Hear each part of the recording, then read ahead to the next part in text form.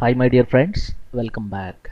So lesson number 5 యాక్చువల్గా ఇప్పటి వరకు మనం చూసిన 4 లెసన్స్లో best WordPress hosting provider ఎవరు, సో అప్లోడింగ్ చేసేటప్పుడు మనం ఫాలో అవ్వాల్సిన రూల్స్ ఏంటి, ఎస్ఎస్ఎల్ సర్టిఫికేట్స్ గురించి, almost fundamentals hosting plus domain registrations plus వర్డ్ ప్రెస్ని డౌన్లోడ్ చేయడం ప్లస్ అప్లోడ్ చేయడానికి ఉన్న మెథడ్స్, అంటే one click install plus second option వచ్చి మనకి ఫైల్ జిల్లా ద్వారా ఇన్స్టాల్ చేయడం. ఈ 4 వీడియోస్లో ఈ 4 టాపిక్స్ చూసాం. కానీ ఇప్పుడు మనం చూడబోయే టాపిక్ ఇది 5th లెసన్ యాక్చువల్గా. దీంట్లో థీమ్స్ గురించి మనం మాట్లాడుతున్నాం. అంటే ఈ స్క్రీన్ షాట్ చూడంగానే మీకు అర్థమైపోతుంది. థీమ్స్ అంటే ఏంటంటే మనకి ప్రీడిఫైన్డ్ లేఅవుట్స్ అన్నమాట.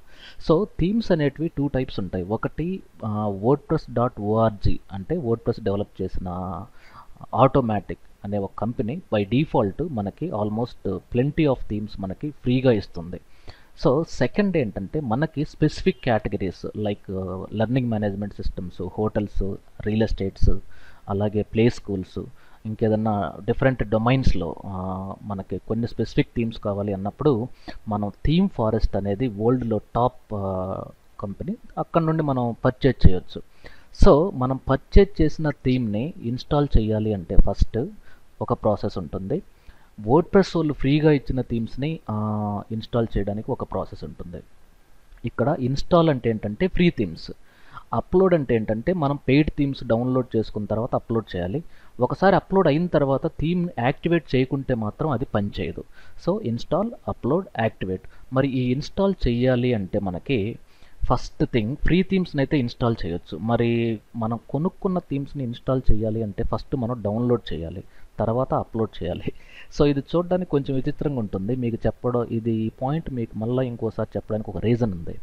ఒక థీమ్ ఉంది, సే ఫర్ ఎగ్జాంపుల్ ఇక్కడ మీకు గూగుల్ ఆల్రెడీ ఓపెన్ చేశాను. ఈ ప్రో బిజినెస్ ఈ థీమ్ను మనం చూస్తే ఇది $59 ఉంటుంది. ఈ థీమ్ కాస్ట్ వచ్చి యాక్చువల్గా $79 ఉండేది ఒకప్పుడు. అంటే ఇప్పుడు $59, ప్రాబబ్లీ $72 ఉన్నది. అంటే నియర్లీ ఒక 1 year బ్యాక్ అనుకుంటాను, నాకు కరెక్ట్గా ఐడియా లేదు. సో ఈ థీమ్ యాక్చువల్గా మనకు డౌన్లోడ్ చేసినప్పుడు ఈ థీమ్ యొక్క సైజ్ ఎంత ఉంటుంది అంటే 79 MB ఉంటుంది. అంటే మనకి కంట్రోల్ ప్యానల్ ద్వారా, అంటే మీ యొక్క హోస్టింగ్ ప్రొవైడర్ బై డిఫాల్ట్ ఇచ్చే కంట్రోల్ ప్యానల్ ద్వారా 79 MB ఉన్న ఒక థీమ్ని మీరు అప్లోడ్ చేస్తే కంపల్సరీ మధ్యలో ఎర్రర్ వస్తుంది. సో ఎక్కువ సైజు ఉన్న థీమ్స్ని మనం అప్లోడ్ చేయాలి అన్నప్పుడు మనకి ఫైల్ జిల్లా అనేది బెస్ట్ సోర్స్. సో అందుకోసం ఈ ఫోటోషాప్లో నేను అప్లోడ్ అని ఎందుకు పెట్టానంటే అప్లోడ్ చేసేటప్పుడు 2 మెథడ్స్ ఉన్నాయి. ఒకటి ఫైల్ జిల్లా, రెండోది కంట్రోల్ ప్యానల్. కంట్రోల్ ప్యానల్ ద్వారా అప్లోడ్ చేసేటప్పుడు థీమ్ సైజు తక్కువ ఉంటే బాగుంటుంది. ఎక్కువ ఉన్న థీమ్ను ఫైల్ సైజ్ ఎక్కువ ఉన్నప్పుడు మనం ఫైల్ జిల్లా ద్వారా అప్లోడ్ చేయాలి. ఫైన్, ఒక్కసారి మనం లాగిన్ అవుదాం. సో మన వెబ్సైట్ నేము ఆల్టాప్ తెలుగు /WP అడ్మిన్ అని ఎప్పుడైతే మనం ఎంటర్ చేస్తామో మన వర్డ్ప్రెస్ యొక్క లాగిన్, ఇక్కడ యూజర్ నేము, ఈ పాస్వర్డ్. సో ఈ యూజర్ నేము ఏంటి అంటే మనం వర్డ్ప్రెస్ ఇన్స్టాల్ చేసేటప్పుడు మన యూజర్ నేమ్ అడుగుతుంది.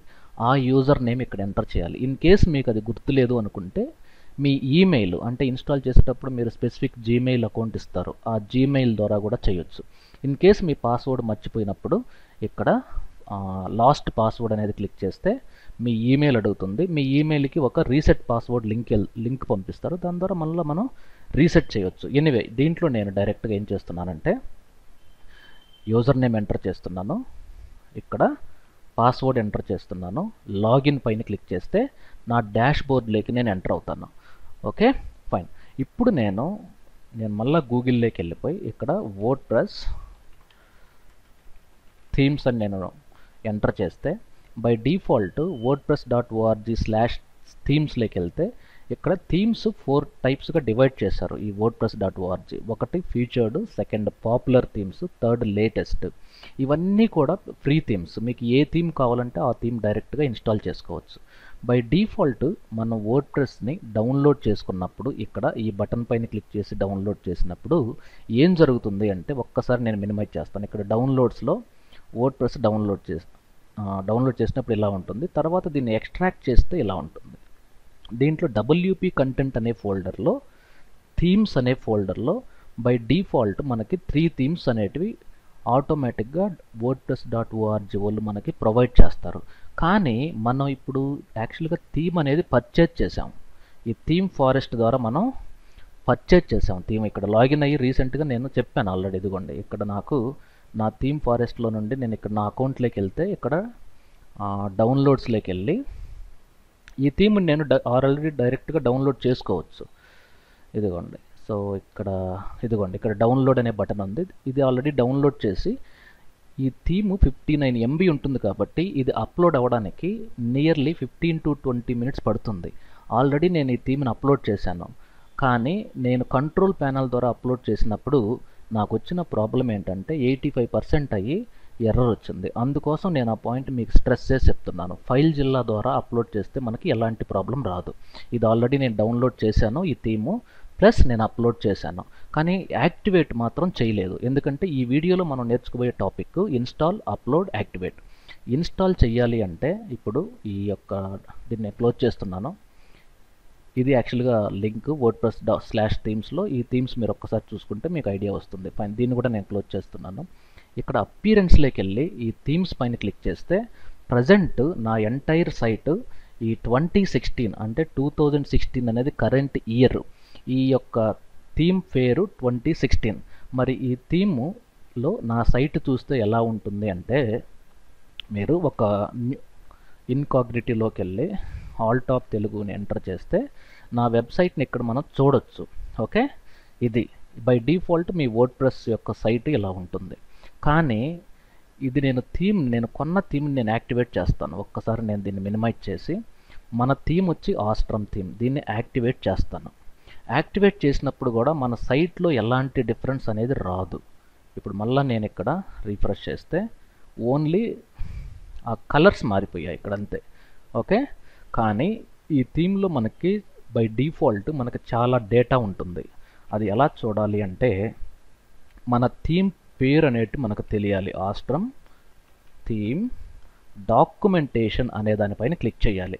అంటే ఈ థీమ్ కొన్నప్పుడు ఈ థీమ్ యొక్క ఆథర్స్ మనకి డాక్యుమెంటేషన్ అనేది ఇస్తారు.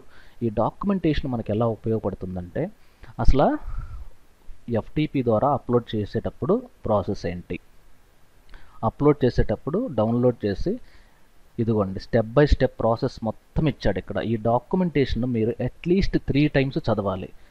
ఓకే, అప్పుడు తప్ప ఈ డాక్యుమెంటేషన్ మీకు అర్థం కాదు. ప్రతి థీమ్కి డిఫరెంట్ కైండ్ ఆఫ్ డాక్యుమెంటేషన్ అనేది ఉంటుంది. అదే నాకు ప్రో బిజినెస్ థీమ్ అనేది ఇంకోటి పర్చేజ్ చేశాను ఒక క్లయింట్కి. ఆ డాక్యుమెంటేషన్ డిఫరెంట్ ఉంది. మళ్ళీ WP-LMS అనే ఒక థీమ్ ఉంది. అట్లా నియర్లీ ఒక 15 థీమ్స్కి 15 కైండ్ ఆఫ్ డిఫరెంట్ డాక్యుమెంటేషన్స్ అనేటివి ఉంటాయన్నమాట. ఒక థీమ్ మీరు కాన్ఫిగర్ చేసి ఒక సైట్ని డిజైన్ చేసిన తర్వాత అన్నీ కూడా అలాగే ఉంటుంది అనే కాన్ఫిడెన్స్ మాత్రం రాకూడదు. ఎందుకంటే ప్రతి థీమ్కి ప్రాసెస్ అనేది డిఫరెంట్గా ఉంటుంది. ఎనీవే ఫైన్, ఇక్కడ బై డిఫాల్ట్ ఇలా ఉంది. సో ఇది యాక్చువల్గా ప్రజెంట్ నా థీము. సో ఇక్కడ మళ్ళీ నేను ఒక్కసారి స్క్రీన్ షేర్ లేకపోతే ఇన్స్టాల్ చేయాలి, అప్లోడ్ చేయాలి, యాక్టివేట్ చేయాలి. ఇన్స్టాల్ చేయాలి అన్నప్పుడు ఈ థీమ్ కాకుండా నాకు వేరే థీమ్ని ఎలా ఇన్స్టాల్ చేయాలో చూద్దాం. ఫైన్, ఇక్కడ మళ్ళీ నేను థీమ్స్లోకి వెళ్తున్నాను. ఇక్కడ యాడ్ న్యూ, ఇక్కడ నాకు నచ్చిన వేరే థీమ్స్ చాలా ఉన్నాయి. ఇక్కడ చూడండి పాపులర్ క్లిక్ చేస్తే సేమ్ ఇవన్నీ కూడా పాపులర్. ఇది ఇన్స్టాల్ అయ్యి ఉంది, ఇది ఇన్స్టాల్ అయ్యి ఉంది. ఈ 2015 కానీ నేను ఇన్స్టాల్ చేస్తే ఎలా ఉంటుందో చూద్దాం. యాక్టివేట్ అనే దానిపైన క్లిక్ చేస్తే ఇది యాక్టివేట్ అయిపోతుంది. ఇది కాకుండా వేరే థీమ్స్ ఏదన్నా కావాలి అనుకున్నప్పుడు మళ్ళీ వాటిని డౌన్లోడ్ చేసుకోవాలి, తర్వాత అప్లోడ్ చేయాలి, తర్వాత ఇన్స్టాల్ చేయాలి. సో ఈ థీమ్ యాక్టివేట్ అయ్యింది కాబట్టి దీన్ని ఒక్కసారి మళ్ళీ రీఫ్రెష్ చేస్తే ఇది 2015 థీమ్. ఇది చూడండి, ఇది ఏ థీము 2015. ఇంతకు ముందు ఉన్నది 2016 థీమ్ని యాక్టివేట్ చేస్తే ఎలా ఉంటుంది అంటే ఇది 2014 థీమ్. ఇది దీన్ని యాక్టివేట్ చేద్దాం. రిజల్ట్ ఒకసారి చూడండి ఎలా ఉంటుందో. సో దీన్నే నేను కాపీ చేసి పక్క ట్యాబ్లో పేస్ట్ చేస్తే మీకు ఈ రెండు థీమ్స్కి మధ్య ఉన్న డిఫరెన్స్ చూడొచ్చు.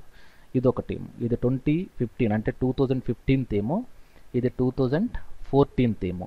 అలా మీరు ఏ థీమ్నైనా ఇన్స్టాల్ చేసినప్పుడు బై డిఫాల్ట్ మీరు క్రియేట్ చేసిన పేజెస్ కానీ, ఆర్టికల్స్ కానీ, మీరు క్రియేట్ చేసిన స్లైడర్స్ కానీ ఇవి ఏమి కూడా ఎలాంటి ప్రాబ్లం రాదు. మీ పేజెస్, ఆర్టికల్స్ అలాగే ఉంటాయి. ఓన్లీ మీ యొక్క డ్రెస్ మారుతుంది, అంటే ఎంటైర్ స్ట్రక్చర్ ఏమో సేమ్ ఉంటుంది. ఫైన్. సో ఈ వీడియోలో మనం చూసింది ఏంటంటే ఇన్స్టాల్ చేసేటప్పుడు ప్రాసెస్ ఏంటి, అప్లోడింగ్ అంటే ఏంటి, యాక్టివేటింగ్ అంటే ఏంటి. అప్లోడింగ్ చేయడానికి టైం పడుతుంది కాబట్టి ఆల్రెడీ నేను అప్లోడ్ చేసేసాను.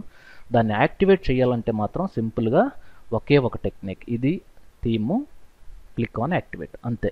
ఈ థీమ్ యాక్టివేట్ అయిపోతుంది. ఒకసారి యాక్టివేట్ అయిన తర్వాత ఈ థీమ్లో ఉన్న ప్లగ్గిన్స్ అన్నీ ఇక్కడ చూపిస్తుంది. ఈ థీమ్కి సంబంధించిన ఈ ప్లగ్గిన్స్ అన్నీ కూడా కావాలి. మరి ఈ ప్లగ్గిన్స్ లేకుండా ఈ థీము పర్ఫెక్ట్గా పనిచేయదు కాబట్టి ఇక్కడ బిగిన్ ఇన్స్టాలింగ్ ప్లగ్గిన్స్ అనే దానిపైన క్లిక్ చేస్తే ఈ థీమ్కి సంబంధించిన అన్ని ప్లగ్గిన్స్ ఇక్కడ సెలెక్ట్ చేసి సెలెక్ట్ ఆల్, ఇదిగోండి ఈ అన్ని ప్లగ్గిన్స్ మనం సెలెక్ట్ చేసేసుకొని ఈ కామర్స్ అంటే ఆన్లైన్లో మనం ఏదైనా అమ్మాలంటే ఇది కావాలి. ప్రజెంట్ ఇది నాకు అనవసరం. సో సెలెక్ట్ ఇన్స్టాల్ అప్లై అని క్లిక్ చేస్తే ఈ థీమ్కి సంబంధించిన అన్ని ప్లగ్గిన్స్ కూడా బై డిఫాల్ట్ మీకు ఇన్స్టాల్ అయిపోతాయి. కానీ మీకు థీమ్ ఫారెస్ట్లో చూసినప్పుడు ఒక రకంగా ఉంటుంది, కానీ ఇక్కడ వేరే విధంగా ఉంటుంది.